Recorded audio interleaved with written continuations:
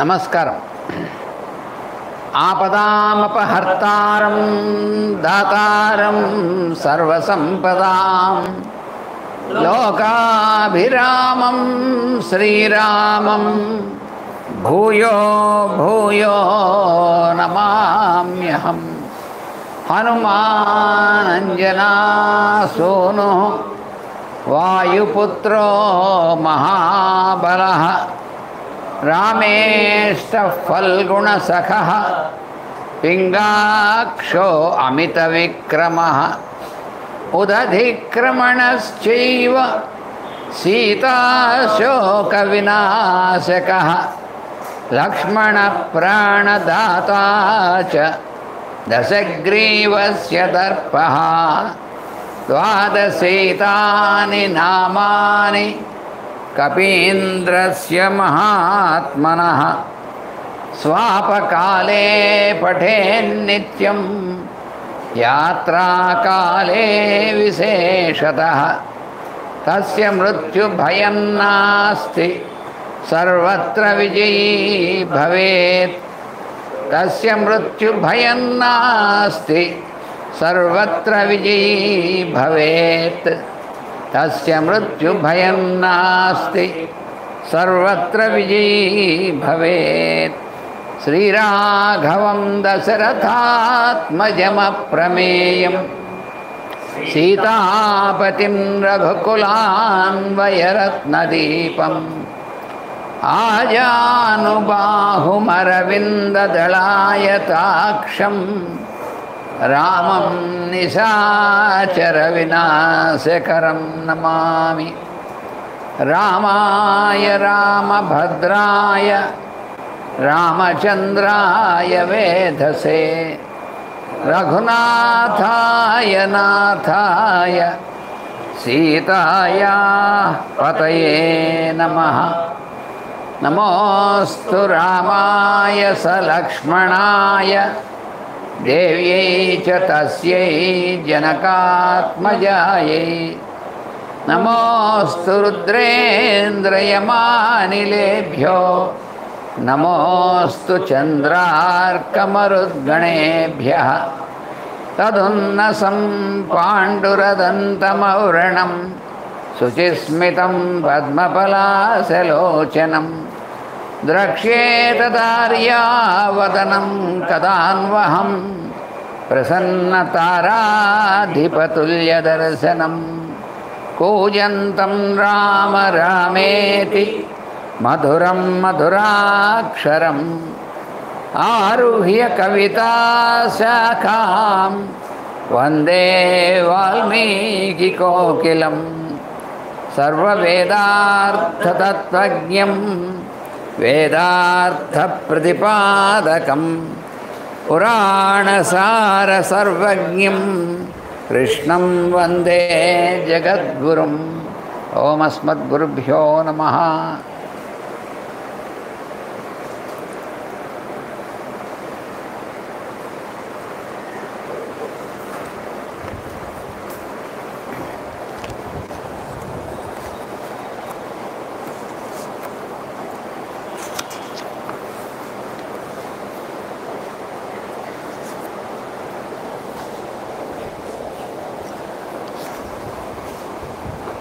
రావణుడి యొక్క అమాత్యులు అయినటువంటి సుఖసారణులు వాళ్ళిద్దరూ కూడా రావణుని యొక్క ఆజ్ఞతో కలిసి ప్రాసాదం యొక్క చాలా ఎత్తైనటువంటి ప్రాసాదం, ఆ లంకా నగరమే ఒక పర్వతం మీద ఉంది. అందులో లోపల కూడా మళ్ళీ ఈ నగరం లోపల పర్వతాలు కూడా ఉన్నాయి, చిన్న చిన్నవి. ఈ రావణాసుడి యొక్క భవనం అంతా కూడా ఒక పర్వతం మీద ఉంది అందులో. అందుకని ఆ రావణాసుడి భవనం ఎక్కితే ఆ లంక మొత్తం ఆ ఏరియల్ వ్యూ అంతా కనిపిస్తుంది. మన చుట్టూ అంతా కూడా అంత కొన్ని తాడి చెట్ల ఎత్తులో ఉన్నటువంటిది. అక్కడికి అక్కడి నుంచి చూసి వాళ్ళందరినీ గురించి చెప్పమన్నాడు. ఎవరెవరు ఇందులో ముఖ్యమైనటువంటి సేనాపతులు ఎవరు, వాళ్ళకు ఉన్నటువంటి సైన్యం ఎంత, వాళ్ళ బలం ఎంత, వాళ్ళ సంగతి ఏమిటి అన్నీ చెప్పమన్నాడు. అందుకని ఈ సారణుడు అవన్నీ కూడా చెప్తున్నాడు అన్నమాట. అదే మరి సారణుడికి ఇంత డీటెయిల్డ్గా ఇంత అన్నీ ఎలా చెప్పగలిగాడు సారణుడు అని మనకి సందేహం వస్తుంది.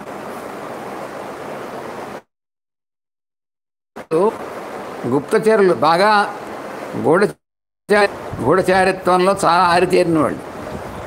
అయితే వాళ్ళని వెంటనే గుర్తించి పట్టుకున్నాడు విభీషణుడు. రాముడి ముందు నిలబెట్టాడు. కానీ రాముడు చెప్పాడు, నీకు ఏం చూసుకోవాలో, ఏమి ఇన్ఫర్మేషన్ కావాలో అన్ని తీసుకోండి, మాకేం పర్లేదని చెప్పాడు.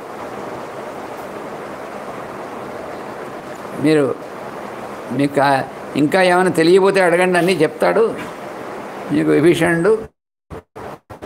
రహస్యం ఏం లేదు, మీరు లెక్క పెట్టుకోండి, చేత అయితే మేము ఎంతమంది ఉన్నామో లెక్క పెట్టుకోండి, ఎవరెవరికి ఎంతెంత బలం ఉందో లెక్క పెట్టుకోండి, మీ అన్ని సమాచారం తీసుకెళ్ళి మీ రాజుగారు చెప్పండి, ఏం భయం లేదు. ఇది వింటే ముందు వాడే భయపడి తెస్తాడు. అందుకని తెలుసు రాముడికి. కాబట్టి ఈ సుఖసారణులకి ఈ వానరులలో ఉన్నటువంటి సేనా యూథం అంతా కూడా, అంటే సేనాపతులు వాళ్ళకు ఉన్నటువంటి బలం, వాళ్ళు ఎక్కడి నుంచి వచ్చారు అంత ఆ మొత్తం సమాచారం అంతా కూడా సేకరించాడు. లేకపోతే ఆ సమాచారం అంతా చెప్పకపోతే ముందు వీళ్ళని చంపేస్తాడు వాడు రావణాసుడు. ఎందుకంటే వాడికి లోపలేమో భయం, అది బయటికి తెలియకూడదు. ఇంకా యుద్ధంలో గెలవనేటువంటి భయం లోపల ఉంటుంది. ఎందుకంటే ఇంత మహా సైన్యం ఉందని, ఉక్రోషం ఇవన్నీ కూడా ఉన్నాయి. అది ఎవరి మీద చూపిస్తాడు, పక్కన వీళ్ళ మీద చూపిస్తాడు, ఏమాత్రం తేడా వస్తుంది. అందుకని వీళ్ళు అన్ని వివరంగా చెప్తున్నారు. మనం ఇప్పటిదాకా చూసాం ఎంతమంది ఎక్కడెక్కడ ప్రాంతాల నుంచి వాళ్ళ సైన్యం వచ్చారు. ఈ వానరులు, తర్వాత వృక్షములు అంటే ఎలుగుబంటి వాళ్ళు, వీళ్ళందరూ కూడా ఎక్కడెక్కడ ప్రాంతాల నుంచి వచ్చారు, వాళ్ళ అసలు సంగతి ఏమిటి మనకు అసలు అంతుపడనటువంటి విధంగా ఉంది వాళ్ళు. పైగా ఈ భూమి మీద ఉన్నటువంటి భూగోళం మీద అనేకమైనటువంటి ప్రాంతాలు, నిగూఢమైనటువంటి ప్రాంతాల నుంచి కూడా వచ్చారు. కొన్ని ప్రాంతాలు అంత లోపలగా అక్కడ ఉన్నాయా అనేటువంటి కూడా మనకు తెలియదు, అలాంటి చోట నుంచి వచ్చారు. అదే కాకుండా నిన్న మనం చదువుకున్నటువంటి దాన్ని బట్టి చూస్తే మేరు పర్వత శిఖరం నుంచి కూడా వచ్చారు. మేరు పర్వతం అంటే భూమి మీద పర్వతంలా ఆకారంతో ఉన్నటువంటిది కాదు. చాలామంది మన పురాణాల్లో వాటిలో కూడా మేరు పర్వతం గురించినటువంటి వర్ణన ఉంటుంది. సూర్యాది గ్రహాలన్నీ కూడా రోజు ఆ మేరు పర్వతాన్ని ప్రదక్షిణం చేసి తిరుగుతూ ఉంటాయి. సూర్యుడి యొక్క ఈ గ్రహాల యొక్క గమనం అంతా మనం చెప్తారు. అందుకనే మనం గృహప్రవేశాలు అవి చేసుకున్నప్పుడు అందరినీ మండపారాధన, అక్కడికి నవగ్రహాల అందరినీ ఆవాహన పెట్టినప్పుడు ప్రతి గ్రహాన్ని కూడా ఆవాహన చేసినప్పుడు మేరుం ప్రదక్షిణీకృత్య అని ఉంటుంది. ప్రదక్షిణం చేసి వచ్చి ఆవాహిస్తుంటారు. మేరు ప్రదక్షిణీకృత్య ఎక్కడుంది మేరు పర్వతం లొకేషన్? మనం ఇప్పుడు గూగుల్ లొకేషన్లో పెడితే మేరు పర్వతం ఏం తెలియదు.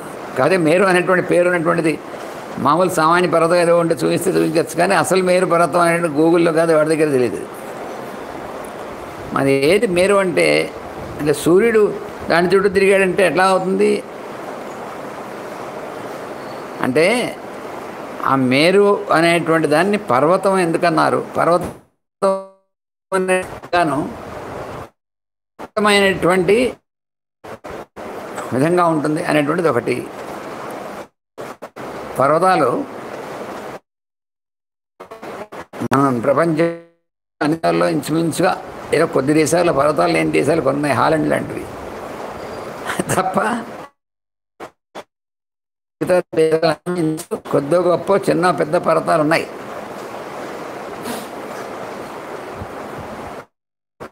పూర్తిగా ఎటువంటి ప్రపంచంలో మండలం మీద ఉన్నటువంటి పర్వతాలు హిమాలయ పర్వతాలు.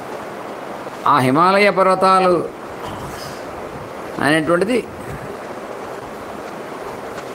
దాంట్లో ఎత్తైనటువంటి భాగాలు భారతదేశం యొక్క సరిహద్దుల్లో ఉన్నాయి. ఇప్పుడు అయితే టిబెట్ వాళ్ళు చైనా ఇప్పుడు ఈ మేరు పర్వతం ఎక్కడ ఉన్నట్టయితే ఎంతకీనో అని మేరు పర్వతం నుంచి కూడా వచ్చారని చెప్పి ఇందులో నేను ఇచ్చారు. కేసరి అనేటువంటి వానరుడు ఆయన యొక్క సైన్యం అంతా కూడా మేరు పర్వతం నుంచి వచ్చారు అని.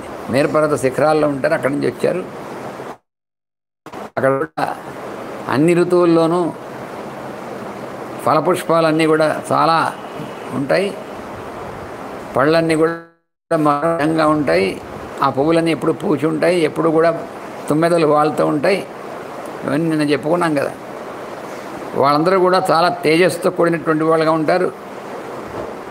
అందరూ అసలు వాళ్ళ రూపం చూస్తేనే, వాళ్ళకు ఉన్నటువంటి రోమాలు చూస్తేనే కిరణాలు సూర్యకిరణాలలా ఉన్నాయి. ఇలాంటివన్నీ కూడా మనం చెప్పుకున్నాం.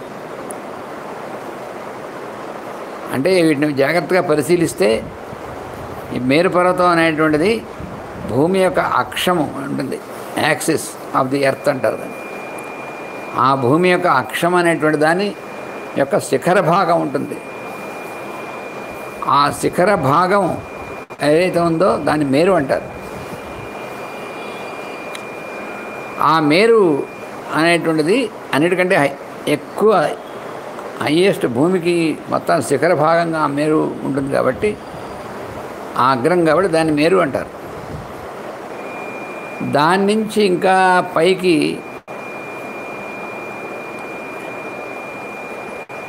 ఇమాజిన్ అంటే ఊరికి ఊహించడం కాదు, అది శక్తిమయమైనటువంటి కక్షలో దాని నుంచి పైకి మనం ధ్యానం చేసి ఎక్కడ దాకా అంటే దాన్ని ఇంకా ధ్రువక్షేత్రం దాకా, అక్కడి నుంచి మనకి క్యాల్కులేషన్ అంటే దాన్ని బట్టి చేస్తే మేరు పర్వతం అని దాన్ని అంటారు. దాని చుట్టూ గ్రహాలు తిరగడం అనేటువంటి సహజం. అంటే ఈ గ్రహాల యొక్క కక్షని దాటి ఉంటుంది అది. కాబట్టి ఈ సూర్యుడు మొదలైనటువంటి గ్రహాలన్నీ కూడా అందరూను వాళ్ళ గతి అంతా కూడా దాని చుట్టూ ఉంటుంది. రోజు భూమి చుట్టూ తిరుగుతున్నట్టు కనిపిస్తుంది. భూమి చుట్టూ తిరగడం అనేటువంటి సత్యం కాదు. భూమి సూర్యుడి చుట్టూ తిరుగుతూ ఉంటుంది. కానీ మనం దీని మీద ఉన్నాం కాబట్టి మన చుట్టూ సూర్యుడు తిరుగుతున్నట్టు మనకు కనిపిస్తుంది. ఇది మనకి శాస్త్రీయమైనటువంటి సత్యం ఇది. అందుకని ఈ గ్రహాలన్నీ కూడా దాని చుట్టూ తిరగడం అనేటువంటిది ఇవన్నీ కూడా వర్ణింపబడి ఉంటాయి. మరి వీళ్ళు అక్కడి నుంచి వచ్చారంటే నిజానికి ఇప్పుడు ఇవన్నీ లెక్కేసాం అనుకోండి, వీడి సంఖ్య మొత్తం చెప్పినటువంటి మొత్తం అంతా లెక్కేస్తే భూమి మొత్తం నిండిపోతుంది. అందువల్ల వీళ్ళు అందరూ కూడా కేవలం భౌతికమైనటువంటి కక్షలో ఉన్నటువంటి శరీరాలతో పూర్తిగా అలాగే ఉన్నటువంటి వాళ్ళే కాదు. వాళ్ళు పైగా వాళ్ళందరూ ఎలా ఉన్నారని వర్ణించారు. మహాకాయం వాళ్ళ శరీరాలు పర్వతాల్లా కనిపిస్తే మేఘాల్లా కనిపిస్తూ ఉంటాయి. అంటే అర్థం మన శరీరాల్లాగా పరిమితమైనటువంటి భౌతిక శరీరాలు కావాలి. అక్కడ మొత్తం ఉన్నటువంటి దాంట్లో రామలక్ష్మణులు,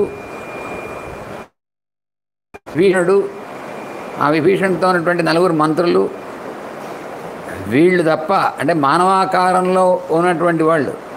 అంటే విభీషణుడు వాళ్ళు కూడా కామరూపమైనటువంటి వాళ్ళ రాక్షసులు కాబట్టి. కానీ సహజంగా వాళ్ళు అక్కడ ఉన్నటువంటిది. ఎందుకని వీళ్ళు తప్ప మానవులు కాదు.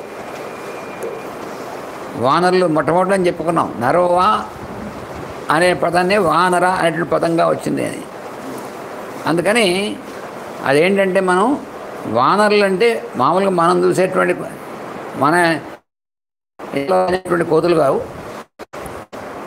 ఎలుగుబంటి అంటే మనం మామూలుగా చూసేటువంటి ఎలుగుబంట్లు కావు. జాంబవంతులు సప్తఋషి మండలం సమాజం నుంచి వచ్చినటువంటి వాడని చెప్పుకున్నాము. ఆయనకు సంబంధించినటువంటి పరివారం అందరూ కూడా ఎలుగుబంట్లు వాళ్ళందరూ కూడా హయ్యర్ ప్లేన్స్ నుంచి వచ్చిన వాళ్ళు. వీళ్ళందరూ ఉత్తమ కక్ష్యల నుంచి వచ్చి పరమాత్మ రాముడిగా మానవావతారంలో వచ్చినటువంటి పరమాత్మకి సహకరించి రాక్షస శక్తులు అన్నిటినీ కూడా అంతరింపజేసి లోకహితార్థం పనిచేయడం. ఎందుకు రావణుడు కుంభకర్ణుడుతో మిగిలినటువంటి రాక్షసుల్ని రాక్షసుల్ని అంతం చేయాల్సిన పని ఎందుకు వచ్చిందంటే, వాళ్ళు దేవతలు గ్రహాలు వాళ్ళ యొక్క పనికి కూడా అడ్డుపడుతున్నారన్నమాట. వీళ్ళు వాటన్నిటినీ కూడా శాసించి తమ ఇష్టంగా చేసేటువంటి దీంట్లో ఉన్నారు. అందుకని అది రావాలి. అందుకని అలా ఉన్నటువంటి వాళ్ళని అలా కొనసాగడం జరగదు. అలా కొనసాగనిస్తే సృష్టిలో ఉన్నటువంటి సమతౌల్యం అంటే బ్యాలెన్స్ అది తప్పుతుంది. అందుకోసమే ఈ రాక్షస శక్తులన్నీ పనిచేస్తూ ఉంటాయి. దేవతలకు వ్యతిరేకమైన పని చేస్తూ ఉంటారు వాళ్ళు. అదే వాళ్ళు చేసే పని. మనకు అప్పటి నుంచే వేదాల్లో వాటిలో కూడా ఉన్నటువంటి కథల్లో వాటిలో కూడా దేవదానవ సంగమం అనేటువంటిది ఇవన్నీ కూడా ఆ ప్లేన్లో ఉన్నటువంటి అనమాట. అందుకని అటువంటి సమయాల్లో భూమి మీద భౌతికమైనటువంటి శరీరం దాల్చి వచ్చి పరిపాలించేటువంటి రాజర్షులైనటువంటి వాళ్ళు, దశరథుడు మొదలైనటువంటి వాళ్ళు, దిలీపుడు ఆయన పూర్తి దశరథ రఘుమహారాజు ఇలాంటి వాళ్ళు, వాళ్ళని కూడా అప్పుడప్పుడు దేవదానవ సంగ్రామాల్లో దేవతలతో సహకరించడం కోసం పిలిచారు. వీళ్ళు కూడా ఆ యుద్ధంలో పాల్గొన్నారనేటువంటిది మనం చదువుతున్నాం. మనం మామూలుగా మనకు రేషనల్ థింకింగ్తో చదువుకుంటే ఇవి అర్థం కావు. అందుకని ఇవి అర్థం కావాలంటే మొత్తం ఫినామిన్ అంతా అర్థం కావాలి. అసలు ఆ సృష్టి యొక్క క్రమం అంతా అర్థం అవ్వాలి. అలా అర్థం చేసుకుని చదివితేనే ఇవి అర్థమవుతాయి. అయితే కేవలం ఉట్టి భౌతికమైనటువంటి దీంట్లో చదువుతుంటే మాత్రం అర్థం కాదు. ఎందుకంటే వీళ్ళందరూ హయ్యర్ ప్లేన్స్ నుంచి వచ్చినటువంటి వాళ్ళు. వీళ్ళలో కొంతమంది వాళ్ళ హయ్యర్ ప్లేన్స్ నుంచి ఇక్కడ భౌతికంగా ఫిజికల్ బాడీ తీసుకున్నటువంటి వాళ్ళు ఉన్నారు. తీసుకున్నా కూడా వాళ్ళకి ఆ శక్తులు కామరూపమైనటువంటివి, ఆ మహాశక్తులతోనే వాళ్ళు పుట్టారు. వాళ్ళు ఈ నలుడు నీలుడు వీళ్ళందరూ అలాంటి వాళ్ళే. అలాగుంది. అది కాకుండా ఇప్పుడు ఈ రావణ సంగ్రామం అనేటువంటి దాంట్లో రాముడికి సహాయకంగా వచ్చినటువంటి వాళ్ళు అటువంటి చోటు నుంచి కూడా వచ్చి అందులో పాల్గొనడానికి వచ్చినటువంటి వాళ్ళు ఉంటారన్నమాట. ఈ సంఖ్యలన్నీ కూడా చూస్తే మనం అంతకుముందు కిష్కింధలో ఉన్నటువంటిది బయలుదేరేప్పుడు రావణాసుడి యొక్క బలం యొక్క సంఖ్యలను కూడా చూసి చెప్పాడు. ఆ సందర్భంలో కిష్కింధలో రెండని కబురంపించాడు సుగ్రీవుడు. కాబట్టి వాళ్ళందరూ కూడా అన్ని ప్రాంతాల నుంచి వచ్చినటువంటి వాళ్ళు ఉన్నారు. ఆ సంఖ్యలన్నీ మనం లెక్కేసి క్యాలిక్యులేట్ చేస్తే ఇప్పుడు చెప్తున్నటువంటిది ఇంకా ఎక్కువ ఉన్నాయి. మరి వీళ్ళంతా ఎక్కడి నుంచి వచ్చారు అంటే వీళ్ళంతా కూడా ఉత్తమ కక్ష్యల నుంచి వచ్చినటువంటి వాళ్ళు అని అర్థం. హయ్యర్ ప్లేన్స్ నుంచి వచ్చినటువంటి వాళ్ళు. అందుకని నుంచి వచ్చి అప్పుడు ఈ సంగ్రామం భౌతికమైనటువంటి కక్షలో జరిగింది. అప్పుడు అవసరమైనప్పుడు వాళ్ళు అప్పుడు కలరు అంత హయ్యర్ నుంచి వచ్చిన. ఇవన్నీ కూడా చాలా నిగూఢమైనటువంటి శాస్త్రీయమైనటువంటి సత్యాలు. అందుకని అవి మనం ఇప్పుడున్నటువంటి దీనికి అందేటటువంటి అందుకని వాటిని జాగ్రత్తగా ఆ విధంగా అర్థం చేసుకుంటే తప్ప, లేకపోతే ఇవన్నీ కూడా కట్టుకథల్లా ఉంటాయి. ఏమిటి ఆ సంఖ్య ఏమిటి, వాళ్ళంతా ఎలా ఏమిటి అనేటువంటిది అనిపిస్తుంది అనమాట. కానీ యథార్థం కాకుండా అబద్ధాలు రాయాల్సిన అవసరం లేదు. వాల్మీకి మహర్షి రామాయణం రాశారనుకోండి, మేస్టర్ చెప్తూ ఉంటారు.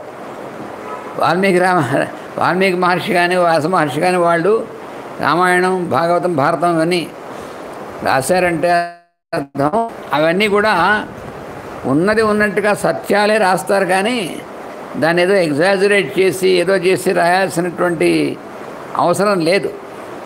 అలాగా ఎందుకని అంటే మాస్టర్ గారు చెప్పేవారు, వాళ్ళందరూ కూడా వాళ్ళు రాసినటువంటి గ్రంథాలని యూనివర్సిటీలో టెక్స్ట్ బుక్స్గా పెట్టించుకోవాల్సిన అవసరం లేదు కదా అన్నారు. వాళ్ళకి మామూలుగా ఇప్పుడున్నటువంటి రచయితలు ఏమైనా రాశారంటే వాళ్ళ గ్రంథాలు రాసి యూనివర్సిటీలో టెక్స్ట్ బుక్స్గా పెట్టించుకోవడానికి వాటికి ప్రయత్నం చేస్తుంటారు. అకాడమీలు అని పేర్లు ఉంటాయి కదా, మాస్టర్ అనేవారు దుష్ట సమాసాలని. దుష్ట సమాసం అంటే ఒక భాషలో ఒక పదాన్ని ఇంకో భాషలో ఇంకో పదాన్ని సమాసం చేయడం, అది దుష్ట సమాసం అంటే. సాహిత్య అకాడమీ మొదలైనటువంటివన్నీ కూడా దుష్ట సమాసాలు అంటారు వాటిని. అలా వాళ్ళందరి చేత రికమెండ్ చేయించి టెక్స్ట్ బుక్స్గా పెట్టించుకోవాలనేటువంటి అవసరం లేదు కదా వాళ్ళకి అబద్ధాలు రాయడానికి. అందుకని ఉన్నటువంటి సత్యాలు రాస్తారు తప్ప అబద్ధాలు రాయేస్తున్నటువంటి అవసరం వాళ్ళు లేదు. అందుకని వాల్మీకి మహర్షి మనకి అథారిటేటివ్ కాబట్టి ఇందులో ఉన్నది ఉన్నట్టుగానే సత్యమైనటువంటి విషయమే రాస్తాడు. అందుకని రాముడు ఇష్టం కాబట్టి లేనటువంటివన్నీ కూడా రాముడి గురించి రాసి అలా ఉండదు. వాళ్ళకి ఎలా ఉందో ఎగ్జాక్ట్గా రాయడం, లేకపోతే వాళ్ళ మహర్షులు ఎందుకు అవుతారు? అందుకని ఇది మనం మనసులో పెట్టుకుని ఈ దృష్టిలో ఉంచుకుని మనం చదువుకుంటే అప్పుడు అర్థమవుతుంది మనకి. ఆ విధంగా ఈ సారణుడు చెప్పేవి వాడు. ఇంకా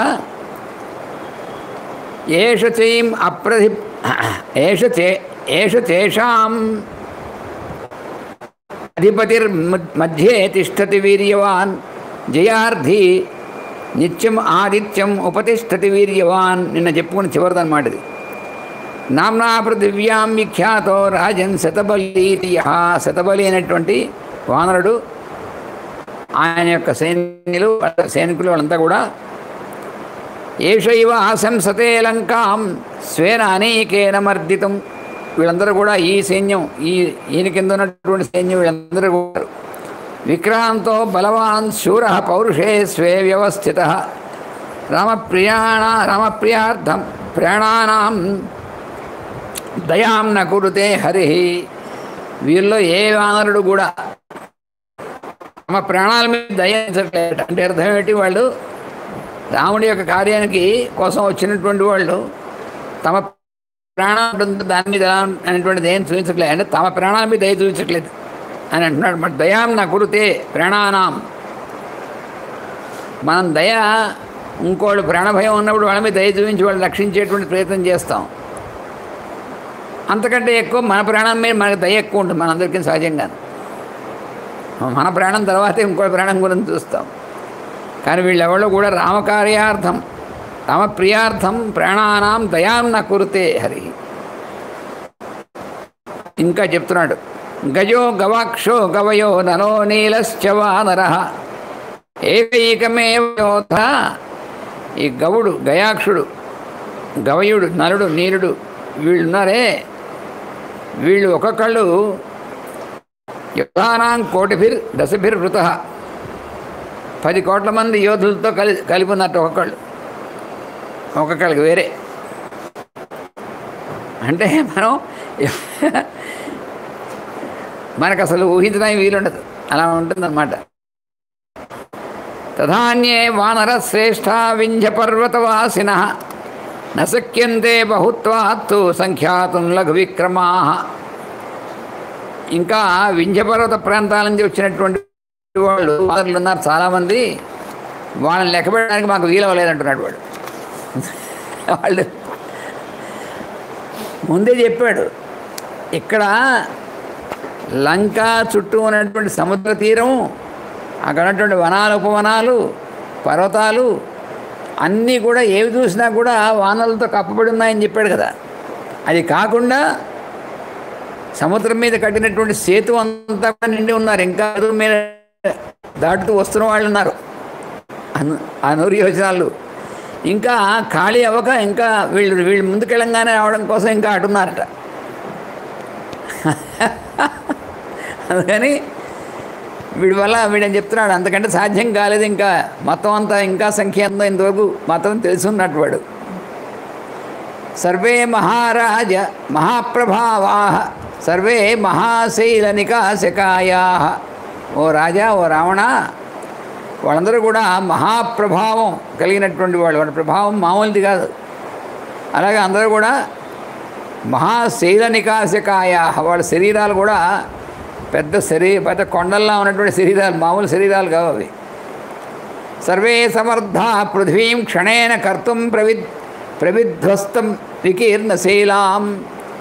వాళ్ళు ఎటువంటి వాళ్ళంటే ఒక క్షణంలో భూమి మొత్తాన్ని, భూమి మీద ఉన్నటువంటి పర్వతాలతో సహా చూర్ణం చేసేయగలరు వాళ్ళు. అలాంటి వాళ్ళు ఉన్నటువంటి వాళ్ళు భూమినే, అవసరమైతే నీ లంకనే కాదు ఈ భూమి మొత్తాన్ని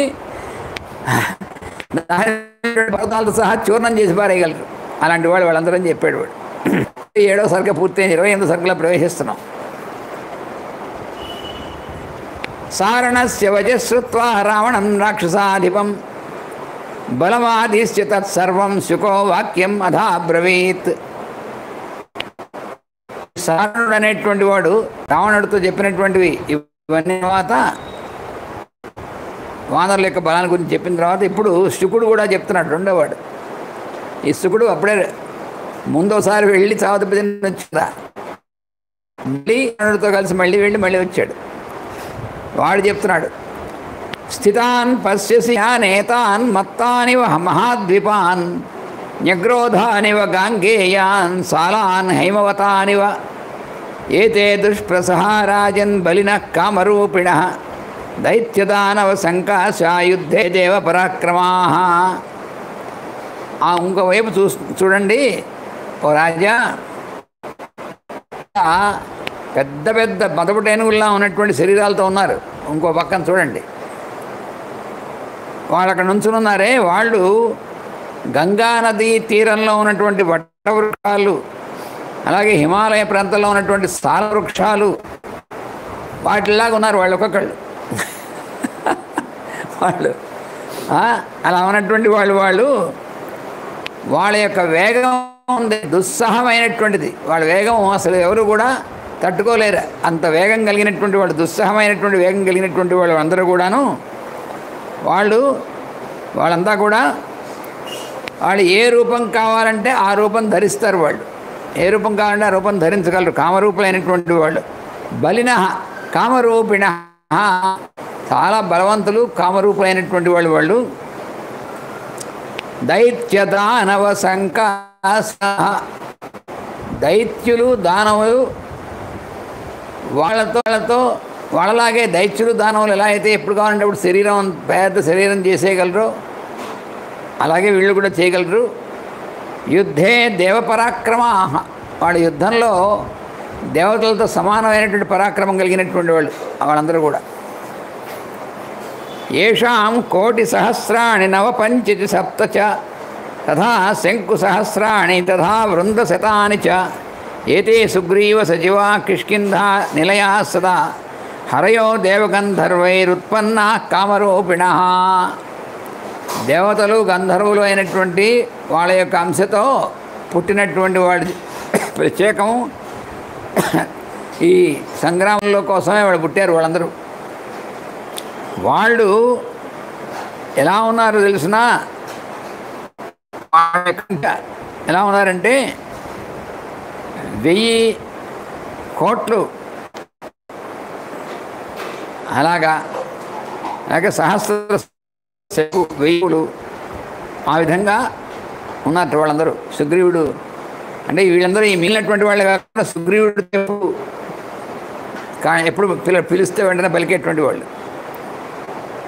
వీళ్ళందరూ కూడా కిష్కింధలో, అంటే కిష్కింధ ఊళ్ళో ఎలా పట్టరు. కిష్కింధ రాజ్యంలో ఉన్నటువంటి పర్వతాలు, గుహలు, నదులు, ప్రాంతాలు, వీళ్ళందరూ కూడా అంశాలు జన్మించినటువంటి వాళ్ళు, కామరూపులైనటువంటి వాళ్ళు. ఈ సంఖ్యల యొక్క ఇదంతా కూడా ఈ సర్గలో చివరి ఇస్తాడు. ఇప్పుడు ఈ సర్గలోనే ఇస్తాడు. యౌ తౌ పశ్యసి తిష్టంతౌ కుమారౌ దేవరూపిణౌ మైందశ్చద్వివిధశ్చైవ తాభ్యాం నాస్తి సమో యుధి. ఇంకా 2 కుమారుల్లాగా ఉన్నారు. చూస్తున్నటువంటి వానరులో నీకు కనిపిస్తున్నారు చూడు, వాళ్ళిద్దరూ మైందుడు ద్వివిధుడు అనేటువంటి వాళ్ళు. వాళ్ళిద్దరూ కూడా అది వాళ్ళతో సమానమైనటువంటి వాళ్ళు యుద్ధంలో. ఇంకా మరెవరు తిరుగులేనటువంటి వాళ్ళు. ఎవరు వాళ్ళ ముందు నిలవరు యుద్ధంలో. బ్రహ్మణ జ్ఞాతౌ అమృత ప్రాసిన ఉభౌ. వీళ్ళని బ్రహ్మగారు ప్రత్యేకంగా చెప్పారట వీళ్ళిద్దరికి, అరే మీరిద్దరు కూడా వాళ్ళు అమృత ప్రాసనం చేశారట, వాళ్ళు అమృతం దేవతల్లాగే వీళ్ళు కూడా అమృతం తాగారట. వీళ్ళు బ్రహ్మగారు చెప్పారట, అక్కడ జన్మించి అక్కడ మీ ఇద్దరు రాముడు సహాయం చేసేటువంటి దాంట్లో ఉండండి అని. ఆశంసేతే యథాలంకాం ఏతౌ మర్దితమోజస. వాళ్ళిద్దరూ లంకని ఎప్పుడు మసి చేసేద్దామా అని సిద్ధంగా ఉన్నారు వాళ్ళిద్దరు.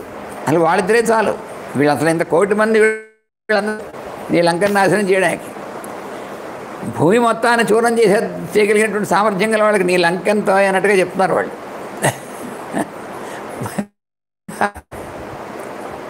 ఎం పశ్యసి తిష్టంతం ప్రభిన్నమివ కుంజం యో బలాత్ క్షోభయేత్ క్రుద్ధ సముద్రమపి వానరః ఏషో అభిగంతా లంకాయాం వైదేహ్యాస్తవ చ ప్రభో ఏనం పశ్య పురాదృష్టం వానరం పునరాగతం. అగో ఆ పక్కన ఇంకో ఆయన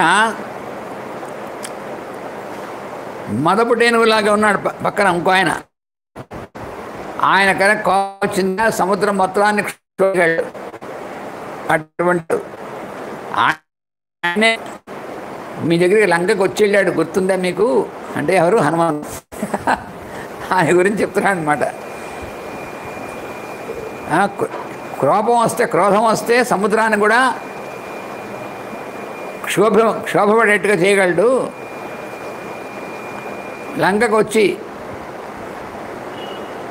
సీతా అమ్మవారిని కలుసుకుని వెళ్ళినటువంటి వాడు. ఏనం పశ్య పురా దృష్టం వానరం పునరాగతం. మళ్ళీ రెండోసారి వచ్చాడు ఇప్పుడు లంకకి, చూడు ఆయన్ని, నువ్వు గుర్తుపడతావు. జ్యేష్ఠ కేసరిణ పుత్ర వాతాత్మజి ఇది శృత. కేసరి అనేటువంటి ఆయన కుమారుల్లో పెద్దవాడు, వాయు దేవుడి యొక్క అంశతో పుట్టినటువంటి వాడు. హనుమానితి విఖ్యాతో లంఘితో ఏన సాగర. చాలా సముద్రాన్ని లంఘించి ముందు వచ్చే ఆయన హనుమంతుడు అయినటువంటి పేరుతో ప్రసిద్ధుడైనటువంటి వాడు. కామరూపో హరిశ్రేష్టో బలరూప సమన్విత అనివార్య గతిశ్చైవ యథా సతతక ప్రభు. ఈయన ఎటువంటి వాడంటే కామరూపుడు ఆయన. అందుకనే మనకి పెద్ద ఆకారం కావాలంటే పెద్ద ఆకారంలో ఉంటాడు, చిన్న ఆకారం కావాలంటే ఆకారంలో ఉంటాడు. మన సురస దగ్గర అక్కడ చూసాం కదా, సురస నోరు ఎంత తెరిస్తే ఇంకా అంతకంటే పెద్దది, ఇంకా తెరిస్తే ఇంకా పెద్దది పెంచేశాడు. అంత యోజన 30 యోజన మళ్ళీ ఉన్నట్టుండి అంగుష్టి మాత్రమే లోపల దూరి బయటకు వచ్చేసాడు.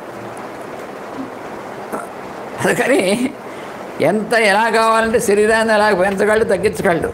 కామరూప హరిశ్రేష్ఠ, అందరిలోకి శ్రేష్ఠుడైనటువంటి వాడు. బలరూప సమన్విత, ఆయన రూపం అద్భుతమైనటువంటి రూపం, బలం అద్భుతమైనటువంటి బలం. అనివార్య గతిశ్చైవ, ఆయన యొక్క వేగాన్ని ఎవరు కూడా వారింపలేరు, ఆపలేరు ఆయన్ని, ఎవరి వల్ల కాదు.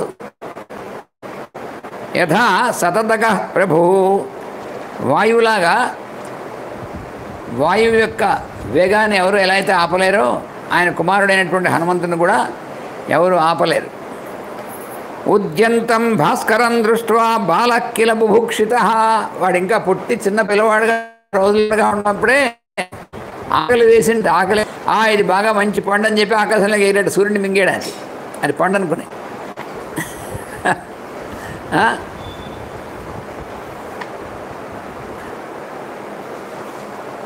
మనకి హనుమాన్ చాలీసాలు కూడా ఇచ్చారు కదా, లిల్యోతాహి మధురఫల జాను అని. ఆయన అద్భుతంగా మన గురువుగారు లక్ష్మణీతంద్రుల వారు హనుమద్ విభూతి అనేటువంటి దాంట్లో అల్లు నేరేడుగా గొంటి వల్లర విని అని రాశారు ఆయన. అలాగా చిన్న పిల్లవాడుగా ఉన్నటువంటి వాడు ఆకలి వేస్తే ఎగిరి ఆ పంట ఎగిరేస్తున్నట్ట. అటువంటి వాడు ఆయన. త్రియోజన సహస్రంతు అధ్వానం అవతీర్య ప్రతియాస్యతి ఇది నిశ్చిత్య మనసా పుప్లువే బలదర్పిత. ఎలాగా 3,000 సహస్రం 3,000 యోజనాలు మార్గం. ఆ మార్గం అంతా కూడా ఎగిరి అంత ఎత్తు నేను ఆ పండుని తినేసిన ఆకలి తీర్చుకుంటాను ఎగిరాడు ఆ పిల్లవాడుగా ఉన్నప్పుడు. 1,000 యోజనాలు ఎగిరేటం కింద నుంచి భూమి నుంచి. 3,000 సహస్రం 3,000 యోజనాలు అంత పైకి ఎగిరట. ఎలా ఎగిరాడు? బలదర్పిత, తన బలం అంతటి బలం కలిగినటువంటి వాడు. అనాదృశ్యతమం దేవం అపి దేవర్షి రాక్షసై. అనాదృశ్యతమం, ఎవ్వరు కూడా ఆయన ఓడించలేరు. దేవతలు కానీ, దేవర్షులు కానీ, రాక్షసులు కానీ. అనాసాధ్యైవ పతితో భాస్కర ఉదయనే గిరవు. ఆయన అటువంటి వాడు సూర్యుడి దాకా వెళ్ళిపోదామని వెళుతుంటే ఆ మధ్యలో సూర్యుడిని పట్టుకుందామని వెళుతున్నాడు పిల్లవాడిగా తెలియదు. అప్పుడు దాని మధ్యలో ఆపగలిగినటువంటి వాడు, ఆ పిల్లవాడుగా ఉన్నప్పుడు ఆపగలిగినటువంటి వాడు సూర్యుడు. అప్పుడు ఆయన ఏం చేశాడు? ఉదయగిరి మీద పడ్డట. పతితస్య కపేరస్య హనురేక శిలాతలే కించిత్ భిన్న. అలా పడ్డప్పుడు ఈ పిల్లవాడు ఉదయగిరి మీద పడితే అన్ని యోజనాలు, అన్ని వేల యోజనాల నుంచి దూరం నుంచి పైనుంచి కింద పడ్డట. పడితే ఏమైంది? ఆ గిరి మీద పడితే కొద్దిగా ఒక దవడ కొంచెం చిట్లిందట. కించిత్ భిన్న దృఢహనుర్ హనుమానేషతేన వై. అంత దృఢమైనటువంటి దవడలైంది. ఆ పైనుంచి పడి ఒక దవడ కొంచెం చిట్లిందట. అందుకని హనుమాన్ అని పేరు అప్పటి నుంచి వచ్చాడు, హనుమంతుడు అని.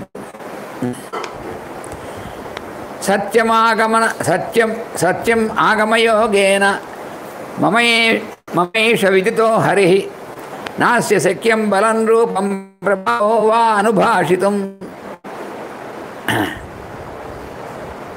అందులో ఉన్నటువంటి విశ్వసనీయమైనటువంటి వానరులని కనుక్కున్నాను నేను. అంటే మామూలుగా ఊరికినే ఊహించి చెప్పేటువంటిది కాదు. నేను అక్కడ వెళ్ళినప్పుడు వాళ్ళలో కలుసుకున్నటువంటి వాళ్ళలో చాలా రిలయబుల్ ఇన్ఫర్మేషన్ ఇచ్చేటువంటి వాళ్ళని కనుక్కున్నాను. సత్యం ఆగమయోగేన మమైవ విదితో హరి. ఈయన గురించి వాళ్ళు ఏం చెప్పారు? నాస్య శక్యం బలం రూపం ప్రభావో అనుభాషితం. ఆయన బలం కానీ, ఆయన రూపం కానీ, ఆయన ప్రభావం కానీ చెప్పడానికి శక్యం కాదు ఎవరికి కూడా అని చెప్పేట వాళ్ళు. అంటే ఇన్ఎస్టిమబుల్, మన ఎస్టిమేట్స్ కుదరదు వాడు, దాన్ని దాటిపోయినటువంటి వాడు. ఏష ఆశంసతే లంకాం ఏకో మధితుమోజస. ఆయన ఒక్కడు చాలు లంక మొత్తాన్ని నామరూపాలు లేకుండా చేయడానికి, రాక్షసులందరినీ తో సహా మొత్తం ధ్వంసం చేసి నామరూపాలు లేకుండా చేయడానికి ఆయన ఒక్కడే చాలు. రాముడు ఆజ్ఞాపిస్తే బయటకు ఆ పని చేసేవాడు అనమాట. ఏన జాజ్వల్యతే అసౌ ధూమకేతుస్తవాద్యవే. ఆయనే కదయా మన లంక మొత్తాన్ని ధూమకేతువులాగా మొత్తం అంతా కాల్చిపారేసాడు. లం నిహితశ్చాపి కథం విస్మరే కపిం. లంకని ఎలా కాల్చేసినటువంటి వాడిని ఎలా మర్చిపోతాం మనం? నువ్వు మర్చిపోగలవా నువ్వు అంటున్నాడు వాళ్ళు. నాయగా ఒళ్ళు మండిపోతాను వాడికి, రావణాసుడికి. వాడేమో మరి ఉన్నదన్నట్టు చెప్పమన్నాడు అందరి గురించి. వీళ్ళందరి గురించి చెప్తున్నారు వీళ్ళిద్దరూ వర్ణించి. వాడికి లోపల మండిపోతుంది. యశ్చేషో అనంతర శూర శ్యామ పద్మనిభేక్షణ ఇక్ష్వాకోణాం అతిరథో లోకే విశ్రుత పౌరుష. ఆ హనుమంతుడి యొక్క పక్కన ఉన్నటువంటి ఆయన తెలిసిన ఆ శ్యామమైనటువంటి వర్ణంతో నల్లగా ఉన్నటువంటి వాడు, పద్మనిభేక్షణ పద్మముల యొక్క రేకుల్లో ఉన్నటువంటి కన్నుల వాడు, ఇక్ష్వా శ్రేష్ఠుడైనటువంటి వాడు, లోకే విశ్రుత పౌరుష. ఆయన యొక్క పురుషత్వం, ఆయన ఎటువంటి పురుషుడు అనేటువంటిది లోకంలో అంతా కూడా అందరికీ తెలుసు, విఖ్యాతుడైనటువంటి వాడు. యస్మిన్న చలతే ధర్మో యో ధర్మం నాదివర్తతే. ఎప్పుడు కూడా ఆయన ధర్మం అనేటువంటిది ఆయన కంటే విడిగా ఉండదు. అంటే విగ్రహవాన్ ధర్మ అందుకే అన్నారు. ధర్మం అన్న ఆయనన్న ఒకటే, ఆయన రూపమే ఆయన, అసలు ఆయనే ధర్మం. యో ధర్మం నా అతివర్తతే, ధర్మాన్ని ఎప్పుడూ కొంచెం కూడా అతిక్రమించినటువంటి వాడు. యో బ్రాహ్మమస్త్రం వేదాంశ్చ వేద విదాం వరహ, వేద విదాం వరహ, వేదములు తెలిసినటువంటి వాళ్ళలో శ్రేష్ఠమైనటువంటి వాడు ఆయనకి. అసలు అన్ని వేదాలు సాధిగా తెలుసు ఆయనకి, ఎందుకంటే వేద పురుషుడు ఆయనే కదా. యో బ్రహ్మాస్త్రం వేదాంశ్చ, బ్రహ్మాస్త్రం కూడా ఆయనకి పూర్తిగా తెలుసు, ప్రయోగం ఉపసంహారం అని తెలిసినటువంటి వాడు. యో భింజాత్ గగనం మేతీం వాపిదారయేత్, ఆయన తన బాణాలతో ఆకాశాన్ని కూడా ఛేదించగలడు, మేదినీం అంటే భూమిని కూడా ముక్కలు చేసేయగలడు.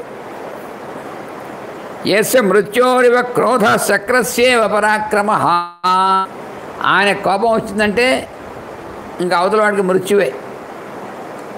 అంటే యముడు లాంటి ఉంటాడన్నమాట ఆయన కోపం వచ్చిందంటే.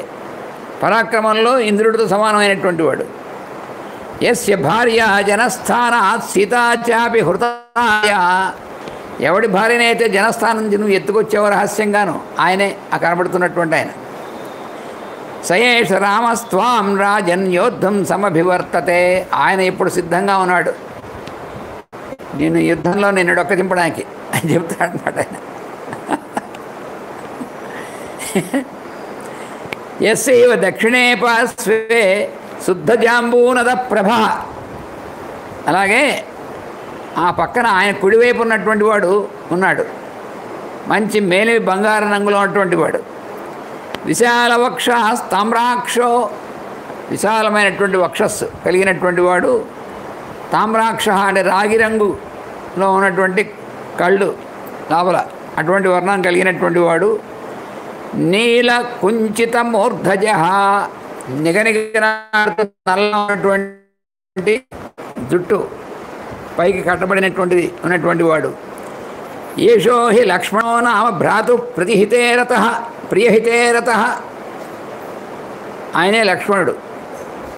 ఆయన ఉంటాడు నిరంతరము తన అన్నగారి యొక్క ప్రియం చేయడం ఎందే, అన్నగారికి ఇష్టమైనటువంటి పని చేయడంలోనే నిమగ్నుడై ఉంటాడు. ఇంకా ఆయనకి రెండో అసలు దృష్టే లేదట. భ్రాతు ప్రియహితేరత, భ్రాతు అన్నగారి యొక్క ప్రియము హితము ఆ రెండిటి అందే తప్ప ఇంకొక దృష్టి లేనటువంటి వాడు. నయే యుద్ధే చ కుశల సర్వశాస్త్రభృతాంబర, సర్వశస్త్రభృతాంబర, అన్ని ఆయుధాలు ప్రయోగించడంలో చాలా శ్రేష్ఠుడైనటువంటి వాడు. ఆయన ప్రయోగించలేని ఆయుధాలు లేవు, అన్ని శస్త్రాలంటే అన్ని ఆయుధాలు. అలాగే నయే యుద్ధే చ కుశల, రాజనీతి అందు కూడా సంపూర్ణంగా తెలిసినటువంటి వాడు, యుద్ధనీతి తెలిసినటువంటి వాడు, రెండింటిలో కూడా కుశల. అమర్షి దుర్జయో జేత విక్రాంతశ్చ జయీ బలి, ఆయన ఎటువంటి వాడు అసలు దుర్జయ, ఎవరు జయించలేరు. ఆయన మహా తేజస్వంతుడు, విక్రాంతుడు, విక్రమం తర్వాత ఎప్పుడు జయం తప్ప అపజయం లేనటువంటి వాడు, మహాబలవంతుడు. ఆయన బలం ఎంత కూడా చెప్పలేము. ఎంత బలం అప్పుడు చూసాం కదా, ఎప్పుడు అరణ్య పర్వంలో వాడు రాక్షసు యొక్క, వాడు కొండలా ఉన్నాడు రాక్షసుడు, వాడిని ఈడ్చుకెళ్ళే గోతులో పడేశాడు వాడి శరీరాన్ని. విరాధుడు యొక్క శరీరాన్ని, వాడు విరాధుడు అయినటువంటి రాక్షసుడు ఎంత కొండలా ఉన్నాడు, వాడిని ఎత్తి గోతులో పడేశాడు, వాడిని పూర్తి చేశాడు. అంత బలంగా వాడు మడివాడు లక్ష్మణుడు. రాసి దక్షిణో బాహుర్నిత్యం ప్రాణో బహిశ్చర, రాముడికి రైట్ హ్యాండ్ కుడి చెయ్యి, దక్షిణ బాహు రాముడికి. బహిప్రాణ, బహిప్రాణం అంటారు, అంటే రాముడి యొక్క మరో బహిప్రాణం అంటారు అన్నమాట. అటువంటి వాడు. నహ్యేష రాఘవస్యార్థే జీవితం పరిరక్షతి. రాముడి కోసం తన జీవితాన్ని కూడా లెక్క చేయడు. ఏవైవ ఈయన రాముడి యొక్క ఆజ్ఞ అయితే ఆయన ఒక్కడే మీ రాక్షసులు మొత్తాన్ని లేకుండా చేసేయగలడు, భస్మం చేసేయగలడు. అటువంటి వాడు. యస్తు సవ్యమసౌ పక్షం రామమాశ్రిత్య తిష్టతి రక్షోగణ పరీక్షిప్తో రాజా హేష విభీషణ. రాముడికి ఎడం పక్కన ఉన్నాయని చూసావా? ఎడం పక్కన ఉంచున్నాడే రాముడు, ఎడం పక్కన. ఆయన ఎవడో తెలిసిన రక్షోగణ పరిక్షిప్త. ఆయన రాక్షసులు అనేటువంటి వాళ్ళ గణానికితో కలిసి ఉన్నాడు. ఆయనే మీ తమ్ముడు విభీషణుడు. ఆయన కూడా సిద్ధంగా ఉన్నాడు మీ అంత చూడటానికి. శ్రీమత రాజాజేన లంకాయాం అభిషేచిత. ఆయనప్పుడే రాముడు అభిషేకించి అంటే నిన్ను లెక్కలో తీసేసాడు. అయిపోయింది నీ పని. అంటే మున్సిపల్ తీసేసి కొట్టేసారంటారు చూసారు. అలాగా వాడిని లంకాధిపతిగా అభిషేకం చేసాడు రాముడు. అంటే ఏమైంది? నువ్వు లంకాధిపతి కావాలి అర్థం అన్నమాట. త్వామసౌ ప్రతిసంరబ్ధో యుద్ధాయేషో అభివర్తతే అభివర్తతే. ఇప్పుడు ఆయన నీ యందు కోపంతో నీతో యుద్ధం చేయడానికి కూడా సిద్ధంగా ఉన్నాడు. యం తు పశ్యసి తిష్టంతం మధ్యే గిరిమివాచలం సర్వశాఖామృగేంద్రాణం భర్తారం అమితౌజసం. ఇంకా అందరిలోనూ మధ్యలో ఒక ఆయన ఉన్నాడు, పెద్ద పర్వతంలాగా ఉన్నాడు చూసావా అని కనిపిస్తున్నాడు. ఆయన ఎవడో కాదు, సర్వ వానర సేనకు అంతటికి కూడా అడిగినటువంటి ఆయనే వానరరాజు అయినటువంటి సుగ్రీవుడు. తేజస యశస బుద్ధ్యా బలేన అభిజనచ యః కపీన్ అతిబభ్రాజ హిమవానివ పర్వత. తన యొక్క తేజస్సుతోనూ తన యొక్క యశస్సుతో తన బుద్ధితో బలంతో తన మంచి వంశంలో పుట్టినటువంటి అభిజాత్యంతో ఆయన ఎలా అయితే హిమవత్ పర్వతం మిగతా పర్వతాలకి రాజుగా ఉన్నాడో అలాగైనా వానరులందరికీ కూడా రాజుగా ఉన్నాడు. కిష్కింధాం యస్ సమధ్యాస్తే గుహాం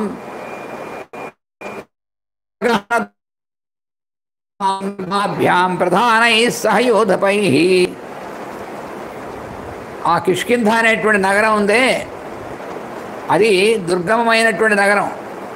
అందులో అనేకమైనటువంటి గుహలు మొదలైనటువంటివన్నీ ఉన్నాయి, పర్వతాలు అవి. నిన్ను ఆ చుట్టూ కిష్కింధ చుట్టూ కూడా పర్వతాలు పెద్ద పెద్ద గుహలు ఉన్నటువంటి పర్వతాలు ఉన్నాయి. అందుకనే ఆ కిష్కింధలోకి వెళ్ళడం ఎవరికి కూడా సాధ్యం కాదు. అక్కడ ఈ సుగ్రీవుడి యొక్క ప్రధానమైనటువంటి సేనానాయకులందరూ కూడా అక్కడ ఉంటారు. యస్సైషా కాంచనీమాల శోభతే శతపుష్కర కాంత దేవమనుష్యాణం యస్యాం లక్ష్మీ ప్రతిష్ఠిత. ఆయన ఆ సుగ్రీవుడి యొక్క మెడలో ఉన్నటువంటి మాల చూసావా? సువర్ణమయమైనటువంటిది. అది ఎప్పుడు కూడా లక్ష్మీదేవి యొక్క నివాసమైనటువంటిది. అటువంటి మహా అద్భుతమైనటువంటి మాల, కాంచన మాల అయినటువంటిది. దాన్ని దేవతలు మనుష్యులు కాంత దేవ మనుష్యాణం యస్యాం లక్ష్మీ ప్రతిష్ఠిత. మానవులు దేవతలు అందరూ కూడా దాన్ని కావాలని కోరుకుంటారు. అటువంటి ఆ మాల వాడి మెడలో ఉంది చూసావా? అది ఎవడు ధరిస్తాడో వాడిని ఎవరు కూడా జయించలేరు. ఏతాం మాలాం చ తారాం చ కపిరాజ్యం చ శాశ్వతం సుగ్రీవో వాలినం హత్వా రామేణ ప్రతిపాదిత. ఈ సుగ్రీవుడికి ఈ మాలని అలాగే తారని కపిరాజ్యాన్ని ఇవన్నీ కూడా వారిని సంహరించి ఇవన్నీ కూడా రాముడు సుగ్రీవుడికి అప్పచెప్పాడు.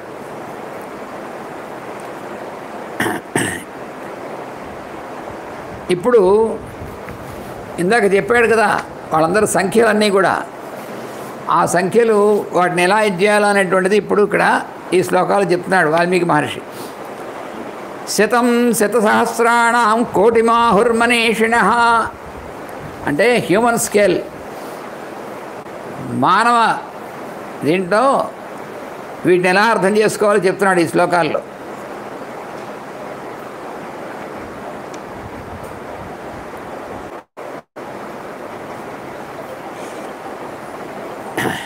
ఈ సంఖ్య అన్నీ కూడా ఎంత చెప్పుకున్నాం చూసారా, ఆ సంఖ్యలు అనేటువంటి వాటిని మనం మానవుల యొక్క సంఖ్య ప్రకారం వీటిలో మనం ఎలా చెప్పుకోవాలో ఆ క్లూ అంతా ఇస్తున్నాడు. మనం చూసారా కీ ఇస్తారని చూసారా మనకు, అలాగా కీ ఇస్తున్నాడు మన ఈ శ్లోకాల్లో. శతం శతసహస్రాణం కోటిమాహుర్మనీషిణః 100 లక్షలు 1 కోటి, ఇది మనకు తెలుసు. అది శతసహస్రాణం అంటే దాన్ని కోటి అంటారు మనుషులు. మనం కోటి అనేటువంటిది శతసహస్రాణం శతం, శతసహస్రాణం అంటే 1,00,000 అంటే 100, 1000 అంటే 1,00,000, అలాంటిది శతం అది 1 కోటి, 1,00,000 అలాంటిది శతం అది 1 కోటి అని మనకు తెలుసు. శతం కోటి సహస్రాణం శంకురిత్యభిధీయతే అంటే 1,00,000 కోట్లు కలిపితే ఒక శంకు అంటారు. శతం శంకు సహస్రాణం మహాశంకురి స్మృత అలాంటివి 1,00,000 శంకులైతే ఒక మహాశంకు. మహాశంకు సహస్రాణం శతం వృందం ఇదే ఉచ్యతే. అలాగే 1000 మహాశంకులు అయితే ఒక వృందం అంటారు. శతం వృంద సహస్రాణం మహావృందమితి స్మృతం 1,00,000 వృందములైతే ఒక మహావృందం అంటారు. అలాగే మహావృంద సహస్రాణం శతం పద్మమిహోచ్యతే 1,00,000 మహావృందములు ఒక పద్మం అంటారు. శతం పద్మసహస్రాణం మహాపద్మమితి స్మృతం 1,00,000 పద్మములైతే ఒక మహాపద్మం అవుతుంది.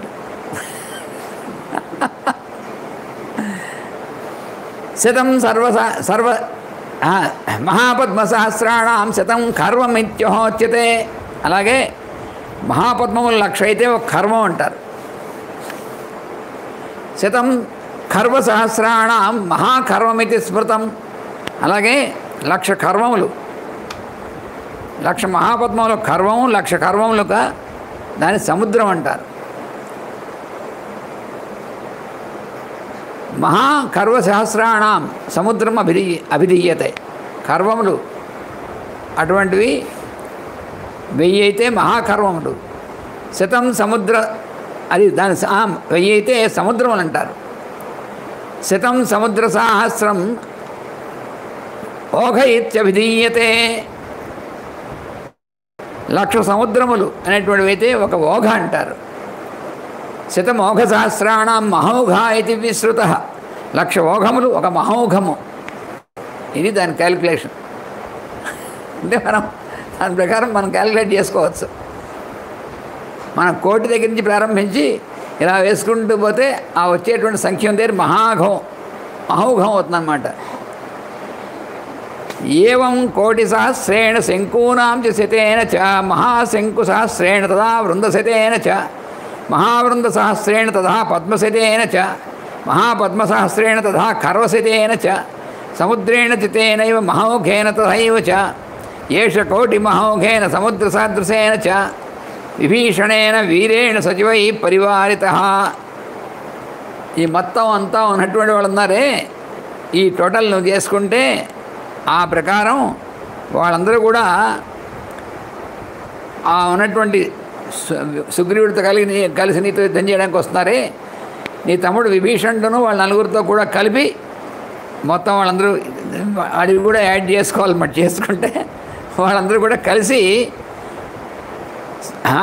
సుగ్రీవో వానరేంద్రస్త్వాం యథార్థమనువర్తతే బలవృతో నిత్యం మహాబలపరాక్రమ.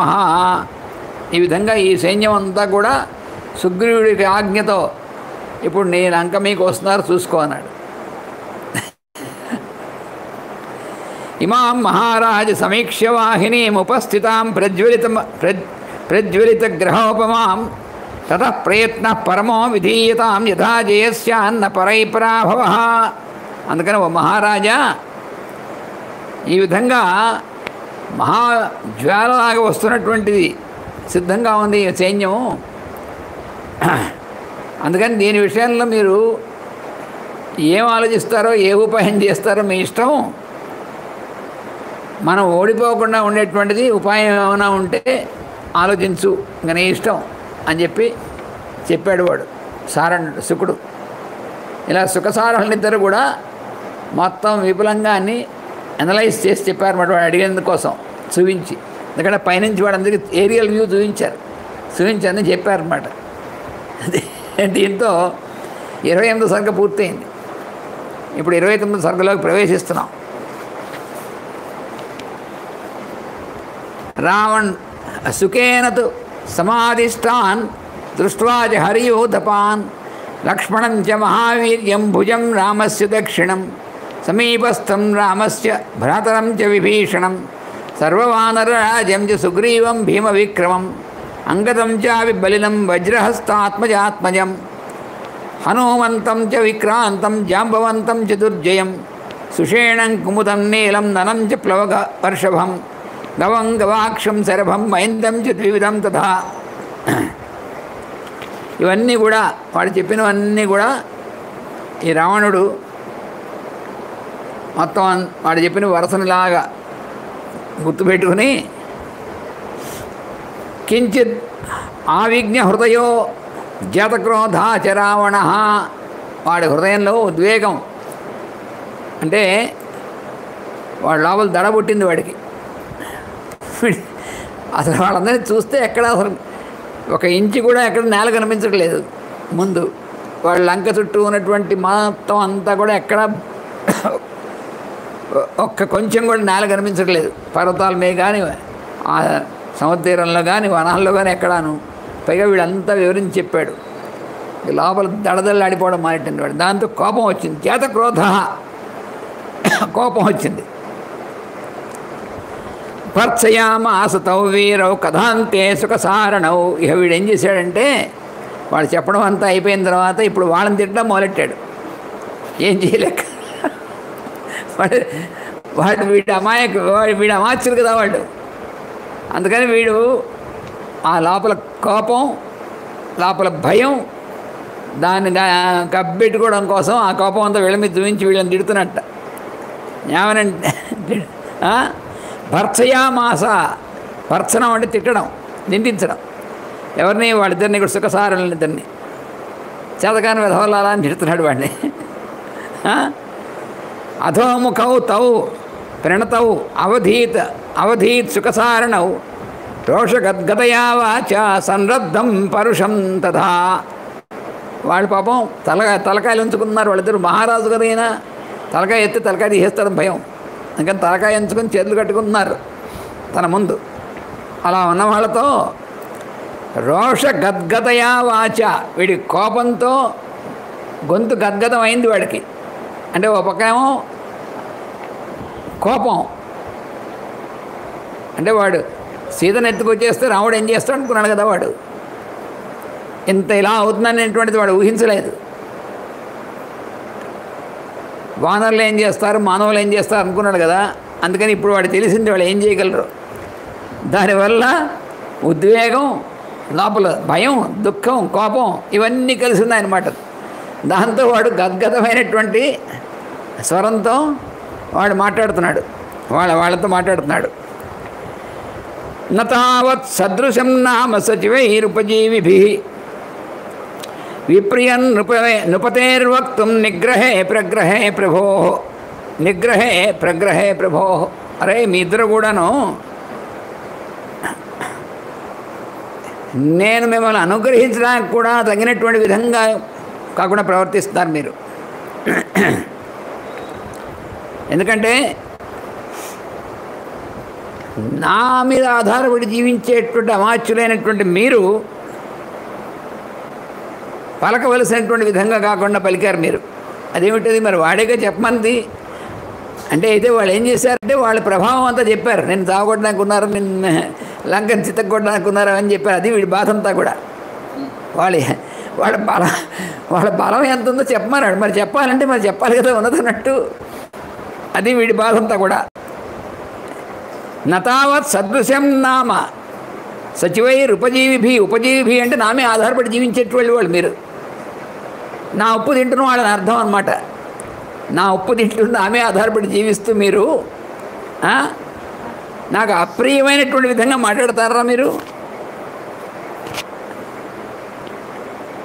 రిపూణాం ప్రతికూలానాం యుద్ధార్థం అభివర్తతాం ఉభాభ్యాం సదృశం నామ వక్తం అప్రశస్తవే స్తవం. మీరు అవతల వాళ్ళు మన శత్రువులు, మనమే యుద్ధానికి వచ్చి నుంచున్నారు వాళ్ళు. వాళ్ళ విషయం చెప్పమంటే వాళ్ళని స్తోత్రం చేసి చెప్తారా మీరు? వాళ్ళని స్తోత్రం చేస్తారా మీరు? శత్రువుల్ని మనమేకి వచ్చి యుద్ధానికి ఉన్నటువంటి వాళ్ళని వాళ్ళ విషయం చెప్పమన్నాను మిమ్మల్ని, వాళ్ళని స్తోత్రం చేసి చెప్తారా మీరు? మీకు ఏమైనా బుద్ధి ఉందా మీకు? అన్ని వీళ్ళని కోప్పడుతున్నాడు వాడు. ఆచార్య గురవో వృధావాం పర్యుపాసితా సారం యత్ రాజశాస్త్రాణం అనుజీవ్యం న గృహ్యతే. మీరు గురువులైనటువంటి వాళ్ళు, వృద్ధులైనటువంటి వాళ్ళు, వాళ్ళు సేవించేటువంటి వాళ్ళు ఉన్నారే, వాళ్ళ సేవించినటువంటి లక్షణం మీకు కనబట్టలేదు. గురువులంటే ఎవరు?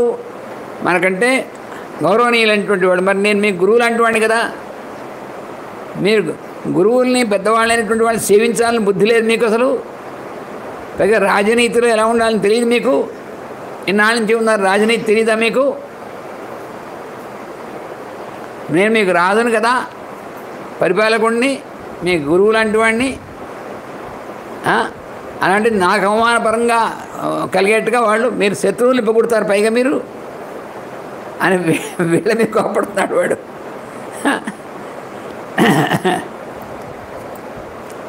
కిం న మృత్యోర్భయం నాస్తి మాం వక్తుం పరుషం వచః. నాకు నా పరుషమైనటువంటి విధంగా, కఠినమైనటువంటి విధంగా నాతో మాట్లాడారు మీరు. మీకు మృత్యుభీతి లేదా? నేను చంపేస్తాను భయం లేదురా మీకు? ఎంత ధైర్యం రా మీకు నాతో అలా మాట్లాడడానికి? యస్య మే శాసతో జిహ్వా ప్రయచ్చతి శుభాశుభం. నేను మీ యందు శుభంగానే అశుభంగానే ఏదైనా సరే ఆజ్ఞాపించగలను.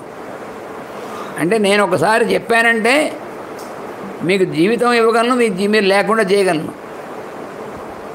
అలాంటిది మృత్యుభీతి కూడా లేదురా మీకు అని వాళ్ళని తిడుతున్నాడు. పాపం ఈ రావణాసురుడు రేపటిదాకా తిడుతూ ఉండనివ్వండి వాళ్ళని, రేపు చెప్పుకుందాం. స్వస్తి ప్రజాభ్య పరిపాలయంతాం న్యాయ్యేన మార్గేణ మహీం మహీషాః గోబ్రాహ్మణేభ్యః శుభమస్తు నిత్యం. లోకాః సమస్తాః సుఖినో భవంతు. లోకాః సమస్తాః సుఖినో భవంతు. లోకాః సమస్తాః సుఖినో భవంతు. ఓం శాంతి శాంతి శాంతి. వాసుదేవ వాసుదేవ వాసుదేవ.